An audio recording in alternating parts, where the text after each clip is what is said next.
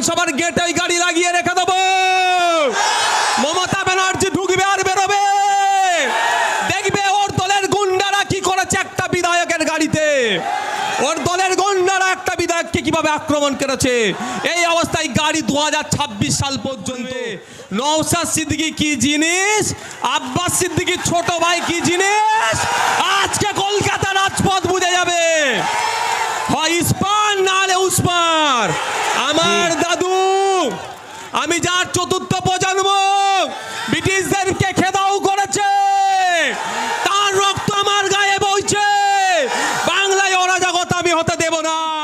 আপনারা সব একটু ঘুরে যান, চৌরঙ্গি মোড়ে আমরা যাবো। চলো চৌরঙ্গি মোড়ে অবরোধ হবে, চলো গুলি ফুলি যা হবে দেখে নেবো, আমি আসছি। চলো চৌরঙ্গি মোড়, যতক্ষণ না আরাবুল অ্যারেস্ট হচ্ছে চৌরঙ্গি মোড় থেকে উঠবো না। চলো চলো, এই দিক থেকে কেউ নয়, সব ওই দিকে।